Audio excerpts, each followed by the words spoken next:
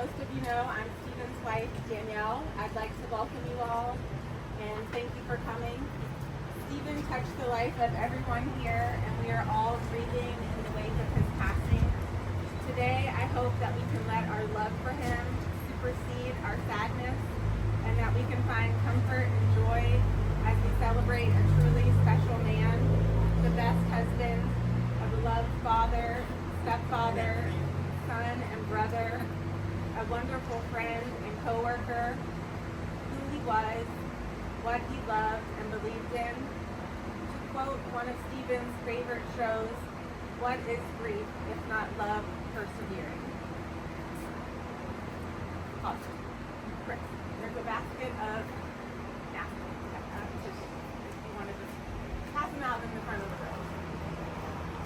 Today we will share our stories and memories, and then I invite you to enjoy some of Stephen's artwork that we have displayed. He loved color and art for art's sake, the way it can take your mind away from the outside world for a while. He was so energized by creativity, be it his own, visiting a favorite gallery, or listening to our favorite band. We'll have a chance to help create a one-of-a-kind piece of art at the fingerprint station, which is inside. Each fingerprint heart will be etched into acrylic and cut out, then used to create the larger finished piece. And this will represent how Stephen's life touched us all and the impact he made on our hearts. There's a memory book. Please feel free to use as many pages as you'd like to share your favorite memory of him or how he impacted you. These stories have brought great comfort to me and his children. We invite you to partake in some of Stephen's favorite foods, and one of his favorite things in life was coffee. Stephen loved to ride his bike through Avondale, Riverside, and Murray Hill, trying out different coffee shops. We have a tab, so please feel free to enjoy any coffee, tea, or soda. We are not serving alcohol today, though. We often debated in our household who had the best pizza. I thought Rena's, Stephen thought Biggie's. So we'll have Biggie's here for you to try. And of course, we had to have Publix fried chicken made lovingly by his amazing Publix crew. I often tease Stephen about his ability to eat a full meal, say he was stuffed, and then magically find room for dessert. He had a wicked sweet tooth. So today we have an array of his favorites, including a replica of our wedding cake, as suggested by my daughter Olivia.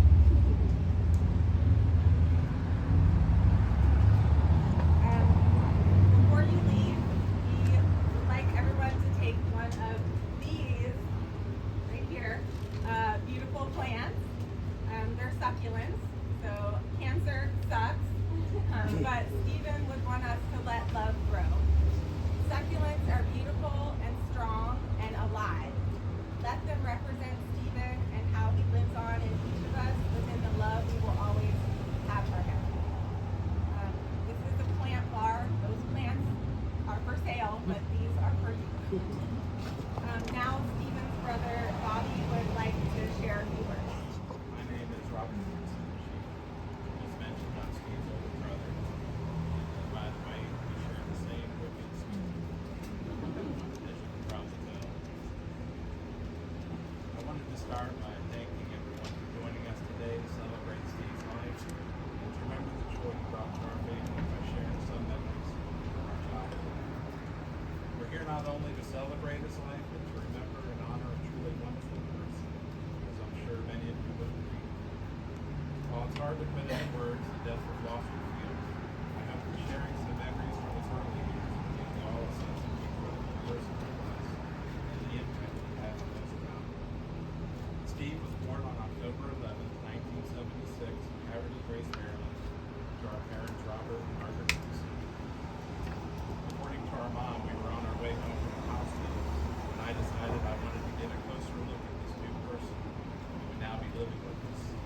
So I, being 4 years old, saving his life, or at the very least, sparing him bodily harm. I've been told that he was a good child who could often be found passed out on his rocking horse gently rocking himself to sleep. But like all of us, he had his shortcomings too. I can remember those times hearing my mom get on to him for leaving half of the candy bars and other food in his bed. I think he finally grew out of that. As he grew older, he wanted to follow me around, and anytime I went outside to play, he would beg my parents to let him go. I remember playing baseball and hide and go seek with Steve and the other kids in the neighborhood until the sun went down, and that's when mosquitoes had eaten us alive. While we were looking through pictures the other day, my mom reminded me that Steve always wanted to ride on the back of my dirt bike with me, but I would never let him. And then moments later, we came across a picture of Steve on the back of the dirt bike. I said, "See there? I let him on the back, even if it was just for the photo op." I remember one of the ways I took advantage of, I got ahead of myself there. Like many kids of our generation, we were what you call latchkey kids. Our parents worked all day, and when we got home from school, we were expected to govern ourselves. And well, you can probably imagine how that went.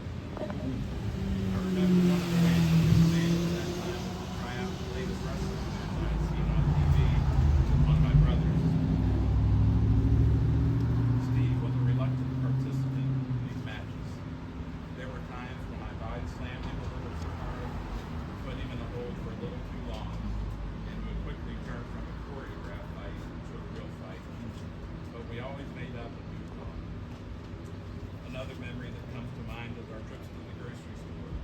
My parents would allow me and my brothers to wander off by ourselves, and I was responsible for keeping an eye on them. Well, being the jerk I was, I would intentionally try to lose them, because I got such a kick out of seeing Steve and Dan running after me, terrified that they would be lost, but they always made it back home. There were times when Steve and I would team up, and unfortunately for our younger brother Dan, it was at his expense. One particular instance of this comes to mind. We were living in a trailer park at the time, and a new family had moved in next door. One member of this family was a little girl named Carrie. We called her Baby Carrie, or BC for short. I'm not sure how it all started, but we would relentlessly accuse our little brother of liking this girl, and he would get so mad. Our parents would get on to us, so we came up with the initials BC as a way to tease him without knowing. Of course, they figured it out quickly, but we would not be discouraged. While riding down the road in the car, Steve and myself would look for signs and billboards that had the letters BC in them, and when we saw one, we would start laughing. Dan would always top, knowing he was the object of the laughter. But whether we were fighting with each other or getting along, we always loved each other. As we became adults and started our own families, we kind of went our separate ways. But every time we got to see each other, we always enjoyed each other's company, talking about the state of the lowly Jaguars, TV shows and movies we had seen recently, or whatever was going on in the world at the time.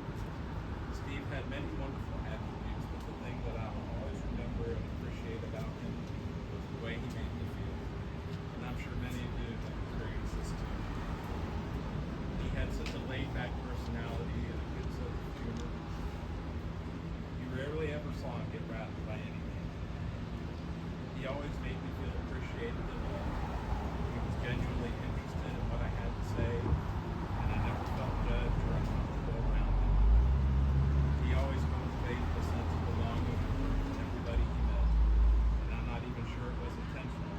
I think it was just Steve being Steve. He was just one of those people. That's the kind of person Steve was, accepting, kind, authentic, always finding the humor in things.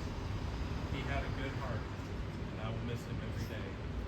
But I'll carry all those memories we shared and that sense of belonging he always gave me for the rest of my life, and I'm sure you all will too.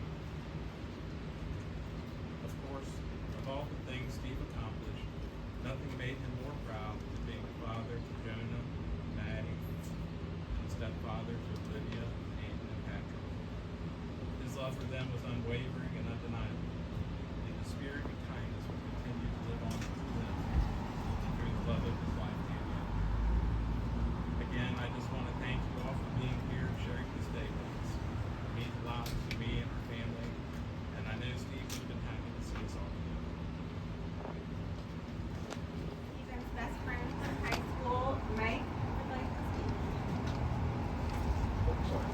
it up a little.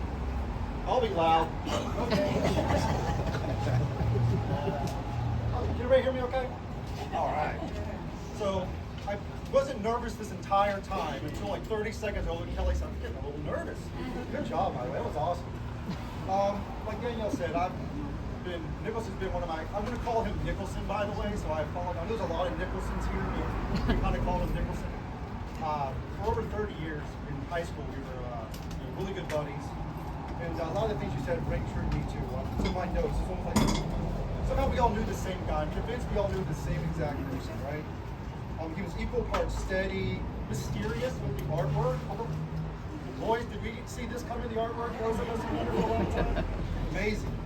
And just like the most effortlessly laid back person that I know, I think I'm pretty relaxed. He's the epitome of it. But he was like I said, he was just always the same guy. We went in and out of each other's lives a lot. You know, we get families and things happen. You grow apart, you get back together. You grow apart, you get back together. And it was always effortless. It was just like we had just seen each other yesterday, and we would pick up right where we left off. It was always that same way. Nothing ever seemed to rattle him. It was always just like you said, super chill and calm. Me and Kelly were just talking yesterday, or thought of a story. It was probably like mid-90s. Shannon, you remember this? When we went to Six Flags, turns out our parents thought it was a good idea to let 4 17-year-olds drive to Atlanta. No GPS, no cell phones, no debit card. We had a map. And being 17 years old, clearly we were experts at reading maps. But yes, somehow we found our way up there. We stayed at what can only be described as a cinder block hotel. I don't know how we rented it. We did. We get there, no food. Thankfully, it was a Piggly Wiggly around the corner. So we made bologna sandwiches. Next day, go to the theme park, Six Flags. Of course, I remember we took bologna sandwiches with us, assuming we weren't going to have enough money to buy food in the park. So then we're driving home, only to realize we're out of money and nearly out of gas. We're on I-10, probably around Lake City-ish. You come off 75 there, cruising back. And this car is a black Geostorm. That was the car he had at the time. And we're on E. And I'm like, dude, we're going to have to just steal gas? I don't know. Pull over. I'll try to make a deal with the person I'll mail you money. He's like, it'll be fine. Dude, it was fine. It was fine. We made it back. I don't know how. I mean, but that was just him just being, it'll be all right. Everything will be fine. Even like I said earlier, as we kind of got older, we loved spending more time with him.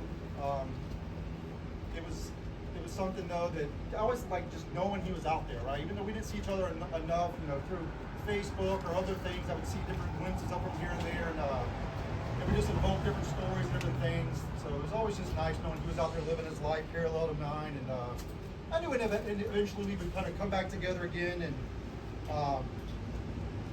meet back up. And one of those events happened, I think it was 2020.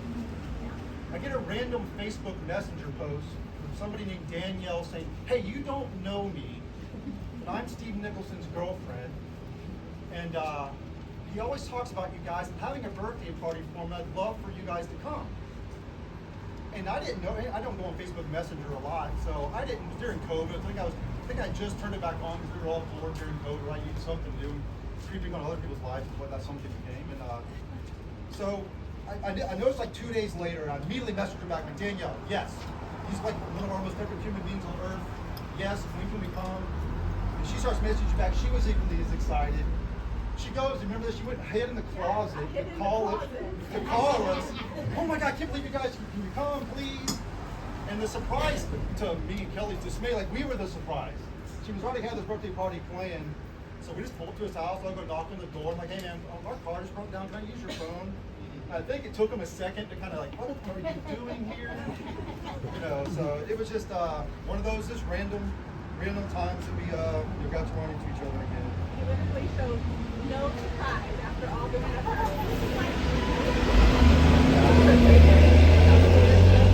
gotta admit, I was slightly disappointed there wasn't more enthusiasm. There wouldn't be because there just wouldn't.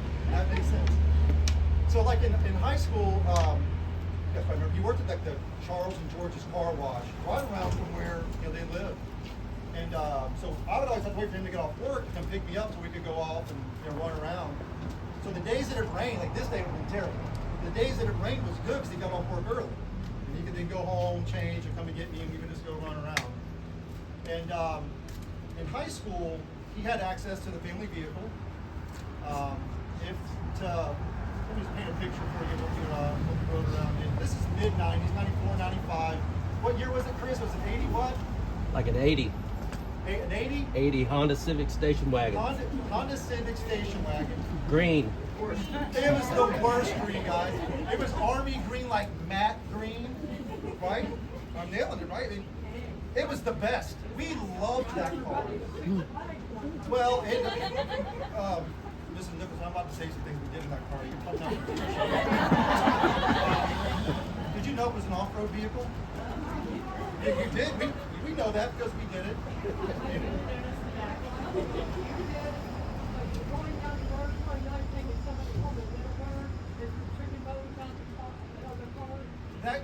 That's a possibility that might have occurred. Well, that story might be coming up momentarily. We never got any legal trouble, at least not when I was around. It wasn't particularly fast. We tried. Did you know we could do burnouts?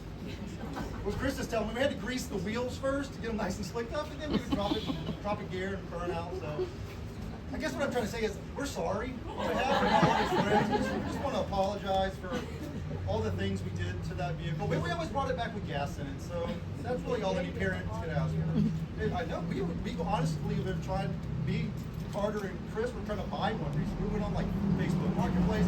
Bubs is determined that the secondary market for those vehicles is so intense, you just can't find one. They're impossible. Or they're all gone now. One of the two. But again, thank you though, because that car to us is like a memory machine. Me and Chris just Friday were sitting around trying to laugh at the stories that we were just coming up with at the top of our head related to that vehicle. And so last week I did want to thank Danielle. When my buddy got sick, she was amazing. I'm sure a lot of you know this. It comes as no surprise. I've told her this privately, but she got. I got to hang out with them a little bit. When I say hang out, me and Chris went to the hospital with her one day, and the nurses came in, and like Danielle's like Johnny on the spot, doing this, doing that, doing this, doing that, going by their house. She always just anything that he needed medically related, she was there. Medical wizard, like just championing for himself, and I'm convinced he lived longer because Danielle was there taking care of him. I'm gonna miss him obviously, but I think just hearing these stories and like I said, related to everything you guys have said is amazing. And John and Maddie, if you got to hear some other stories, we'll get with you guys later. And then Maddie, obviously your dad was always very complimentary of all the help you gave him around the house. Were awesome. So medical sidekick. And then I understand you're going into that line of work, so that's amazing. So I'm going to transition to one of our other buddies, Mr. Stephen Carter's going to come up and share some of his memories of our good friend.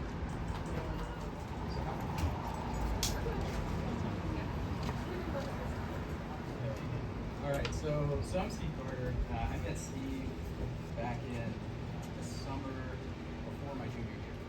So I was turning 15 that year, and he was a couple years older than me, and he was the first friend I made that actually had a license and had a car, which automatically made me this friend that I had.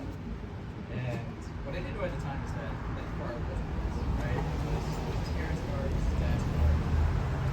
Which irritated me because he would let me drive that car a lot. As a 15-year-old with no license, I got to drive the Civic. Yeah.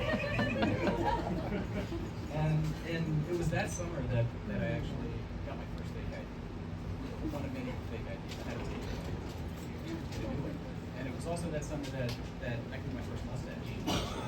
It was a pretty solid mustache for 15. And so Steve and I had this routine where he would pick me up, and we would drive to the little dated school hall off of Timber Pond. I don't know if you guys have ever been there. I don't think it's there anymore. I'm not even sure it's not there now.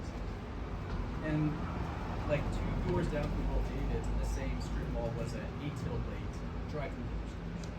And so him with the car and me with the fake ID, we would pull into the 8-till late and we would swap seats.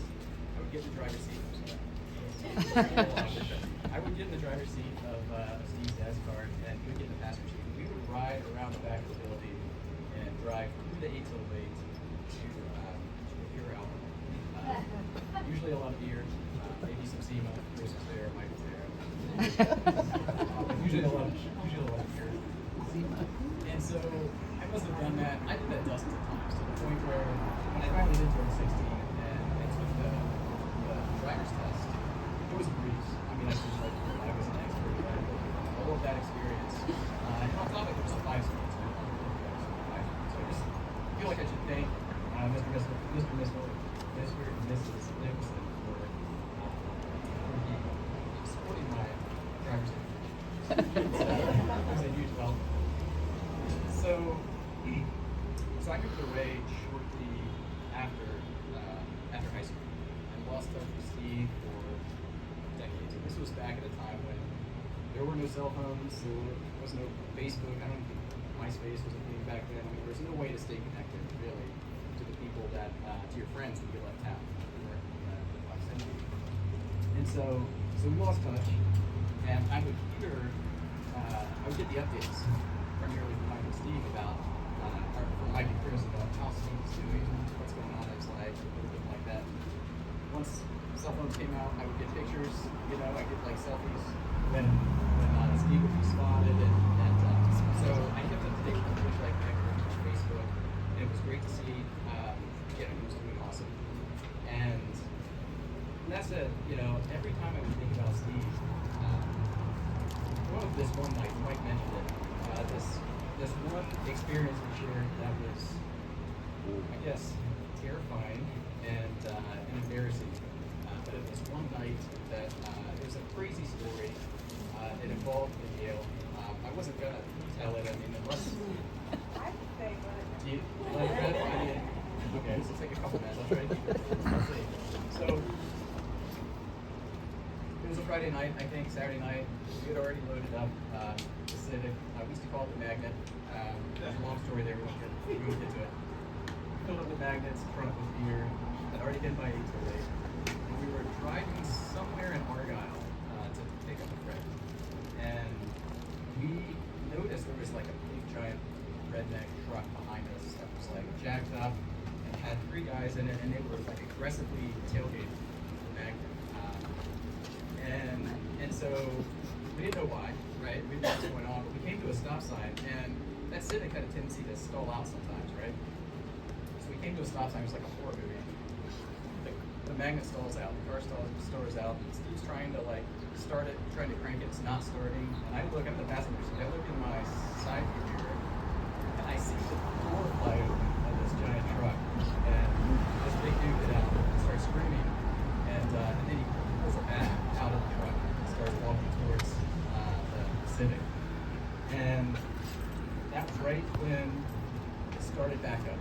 And Steve nails it, the tires spin, and like these guys are just a massive cloud of smoke. It was epic, and we thought that was the end of that story. But these guys didn't give up, and we ended up on Blaney Boulevard.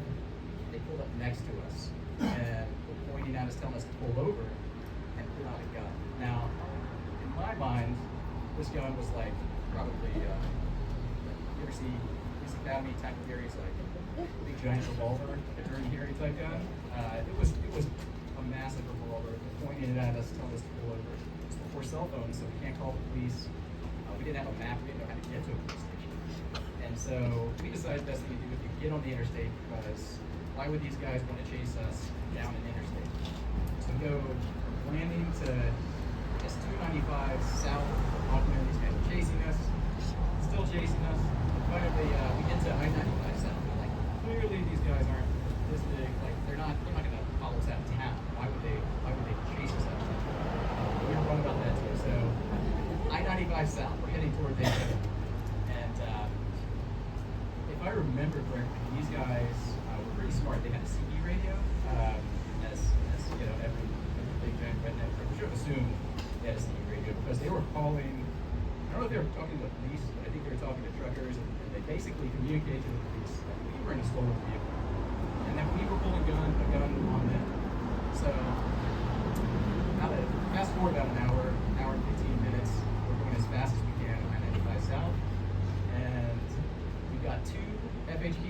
helicopters and probably 6 or 7 MVP patrol cars behind us. But their lights aren't even on yet. They're just behind us. We see them all accumulating. And this is really weird. Why are there so many? Why are they not pulling us over? Well, it turns out it was a felony stop because they heard that we were, I guess, armed car thieves. And so they pull us over, and it was a nightmare. It was one of those, I've never been pulled over like this, obviously, for felony, felony, where you have to get out and reach out, get outside the car, open the door. And I remember getting out of the car and looking back, and I feel like there were a dozen FHP patrolmen with guns drawn just pointed at me. So I get down on my knees, lay down on my stomach, I think of whatever Steve doesn't say. And pretty quickly we cleared up that we're not armed and that we did steal the car, right? Excuse me, that's guard. So that was good. But we did have the problem that we had a trunk full of beer in the stores. And I was a 15, Steve was maybe 16 or 17. So that was the problem. And we ended up being temporarily detained. I don't like to use the word arrested. I'll say temporarily detained as minors. And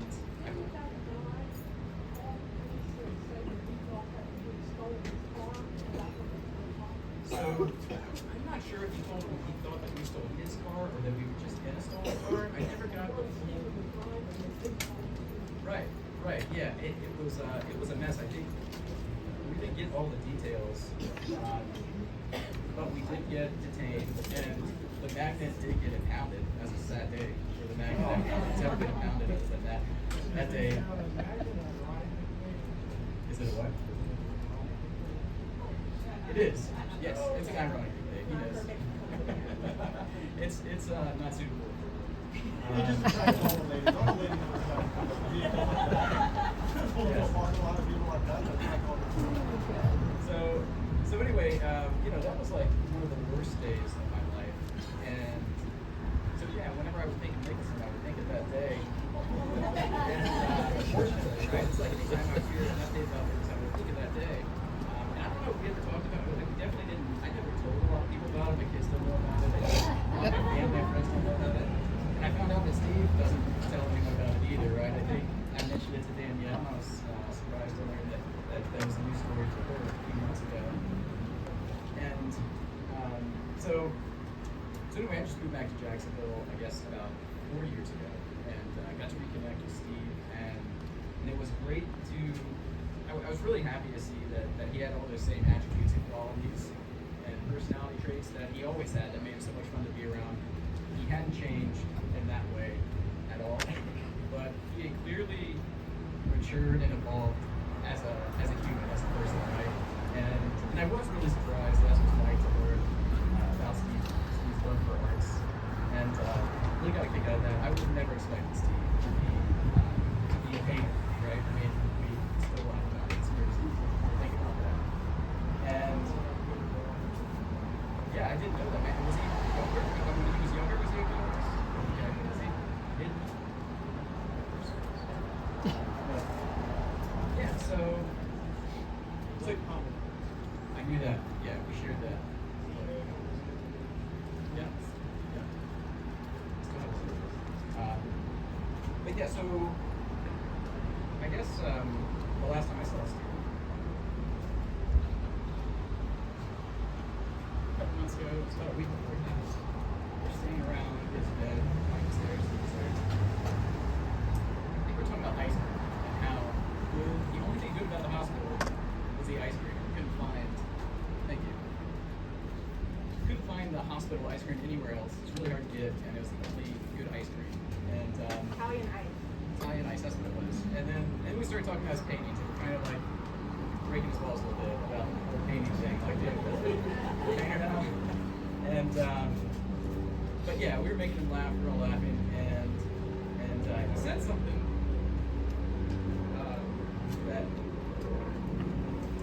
that really hit me hard. Just found that cat where he said, I wish he was more time.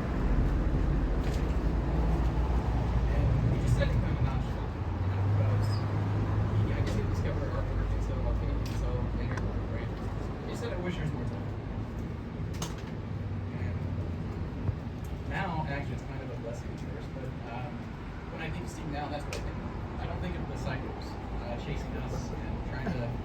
trying to shoot us in Daytona. You know, I think that and just how important it is to not take that for granted, to not take time for granted, to really make the most of the day, every hour, every minute. And I think like that's the best way that I can honor Steve. You know, we all, you know, can honor Steve. Just keep that in mind at all times, you know, and not take it for granted. So I think that's about all I have.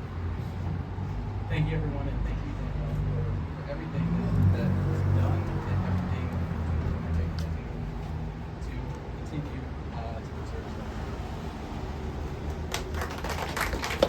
In the rear view, they thought the cops were there to save them, not to arrest them. Now, Phyllis from Publix would like to share some words.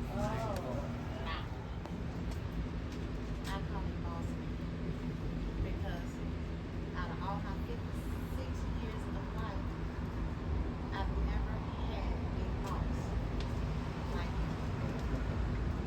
One that cared about us as if like we were his family. And when I tell you this man was laid back, y'all already know, I heard the stories that he's laid back. It don't seem like anything bothers him. When it's time to stir the table, he walks around with what he has to do, and we always pass it. But I know all of us have something good to say about Mr. Stephen because he's a very, very good man. I've been through a whole lot within the past few years, and to have the support that I had from Mr. Stephen and the Publix family, it meant a whole lot. Mr. Stephen had a relationship with all these women in the family. And when I tell you, I don't understand how he can do it, because not only was it a bunch of women, it was a whole bunch of black women and Haitian. And we all fought like we were family. Everybody knows work is the second home.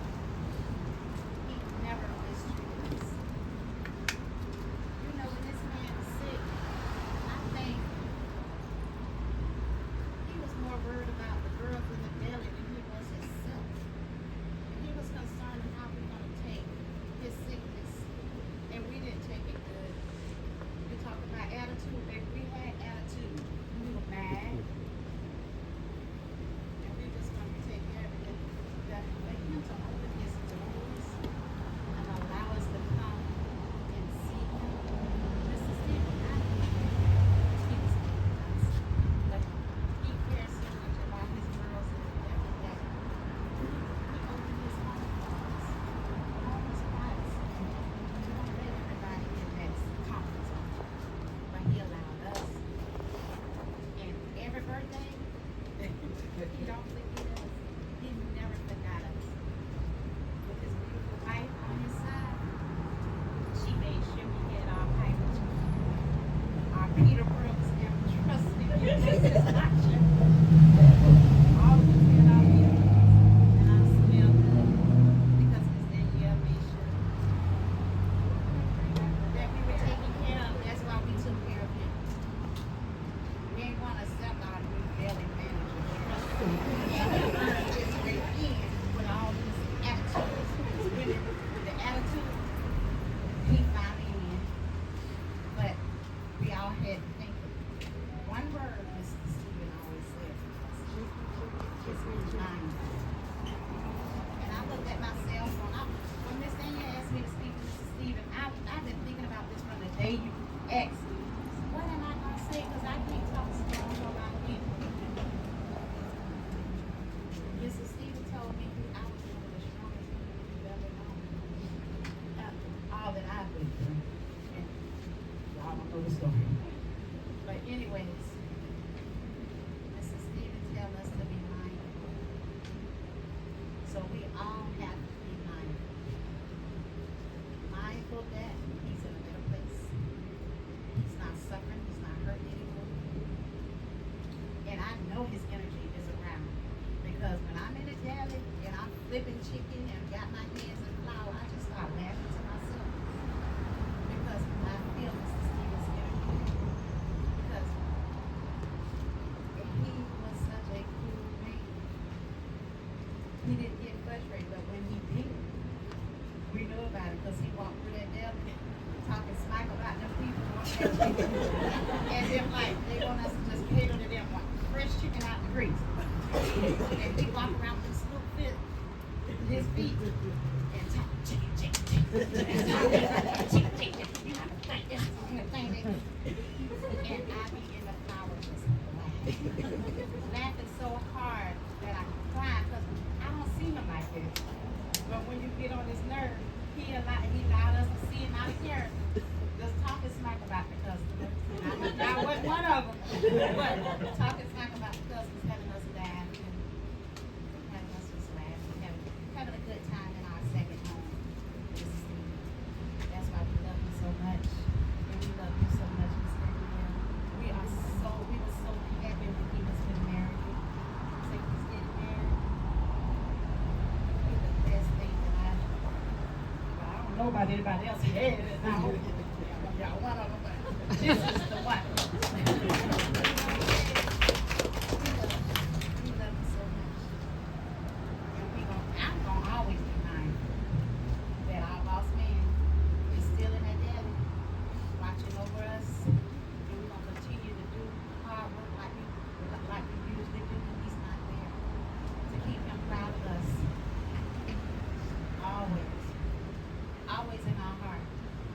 We're gonna always love you, boss man.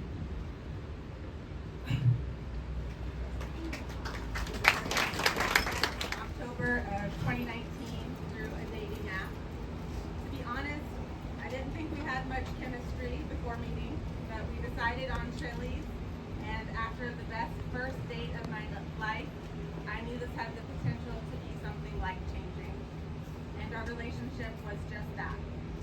We often talked about the time just prior to meeting. He told me that he had prayed to meet the right woman and that he would recognize her when he met her. And I had completed a vision board a few weeks before, imagining what I wanted my life to look like and who I wanted to share it with. I don't know if you've ever seen the movie Practical Magic, but I often compare meeting Stephen with that. I could not have conjured up a more perfect man for me. I never would have believed a man like this could exist and that he would fall for me. He was everything that I needed and wanted, and everything that I didn't know that I needed. We talked for hours about everything, from our past, our spirituality, alternate realities, our goals for the future. I couldn't wait to hear what he would say next, and I was so excited to get to know more about him, and I could tell that he felt the same. Before we knew we were in love, I fell for his calm spirit, humor, how we communicated, and most of all, his consistency and compassion. I was inspired by his creativity and his love of art and traveling. He was my biggest supporter when I was struggling. He never made me feel like I was too much or not enough. He always accepted and loved me just as I was. He made it a point to tell me I was appreciated and loved and the reasons why. But if he had never said the words, "I love you," I still would have known by his actions alone. I believe we were destined to meet. We are soulmates. His strength matched my weaknesses and vice versa. While he could be reserved with other people, with me, he was able to be open and emotional.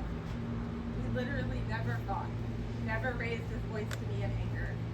We lived by our wedding vow to always make it us against the issue and not each other. He taught me what true deep love feels like: safe and warm, respected, trusted, and being the best of friends. Cozy, which was one of his favorite words. True love feels like home, and Stephen was my home. He taught me how to better love myself by seeing myself through his eyes, and I taught him what it felt like to be supportive and to have someone willing not only to stand behind you in your decisions, but who would also stand in front of you and fight battles for you when you were tired and struggling. Loving Stephen made me want to be the best version of myself because that is who I felt he deserved. And I know we will be together again, as we often said to each other, you and me forever. One of my favorite nicknames for Stephen was Spicy Mr. Rogers. He loved his routine. He would wake up every workday, put on a t-shirt and shorts, and go eat breakfast, drink a cup of coffee, and read the news. We might chat a while if I was off too. Then before work, he would go put on his Publix outfit, complete with sweater that zipped so customers wouldn't know that he was a manager.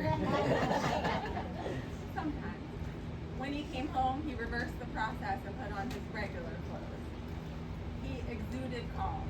He was like the human equivalent of quantum. He had a gift of being able to relax everyone around him, just like Mr. Rogers. He was patient and kind. He truly wanted the best for people. He really listened when he spoke. He tried his best to be the kind of boss he would want to have. Now, I did say spicy. Stephen could have a sarcastic sense of humor, and we did love to go out and listen to our favorite alternative band and let loose. But at his core, he was the epitome of chill. He was someone who truly loved life. He embodied a sense of gratitude, and often it was the subject of his prayers and meditation. He felt that it made him appreciate all that he had and allowed him to let go of what was out of his control. He was so thankful for our marriage, his family, friends, and his Publix crew. His gratitude gave him strength, especially in the hard months of fighting cancer. If Stephen were here today, he would hate being the center of attention. But I believe he would encourage each of us to look at the people next to us, to look inside ourselves, and to find who and what we are grateful for. And once we do that, to make sure that we express that gratitude while we are able. Say the I love yous and the thank yous. Forgive each other. Accept each other. Don't wait for the perfect time. There never is one. Travel, do the thing, take the risk, leap, change what is in our control, and accept and surrender the things that are too big for us to manage. Tara Marr said, we each have immortality through love. We pour the golden light of our attention and care and gifts into others. It changes who they are. It shapes the golden light they have to go give. And as they give it, some part of our own light is carried forward. And so I challenge you. Be the things that you love the most about Stephen. Be it his patience, deep capacity for love, his creativity, his consistency, his charisma, passion, and kindness. His ability to find gratitude even during the dark times. Carry his light forward.